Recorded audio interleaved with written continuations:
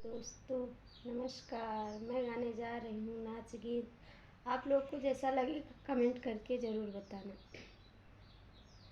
दई के काला भुंदा हो बलम के जियरा जरबै, दई के काला भुंदा हो बलम के जियरा जरबै। पूड़ी कचौड़ी के जेवना बनायो, पूड़ी कचौड़ी के जेवना बनायो।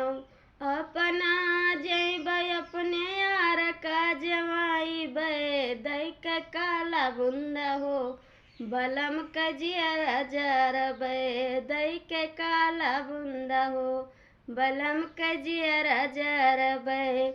गंगा जमुना जी से जल भरी लइबै, गंगा जमुना जी से जल भरी लइबै। अपना घुटबै अपने यार का घुटाइबै, दई के काला बुंदा हो बलम के जियरा जरबै, दई के काला बुंदा हो। लेऊंगा इलायची कबीरवा लगायाऊँ, लेऊंगा इलायची कबीरवा लगायाऊँ।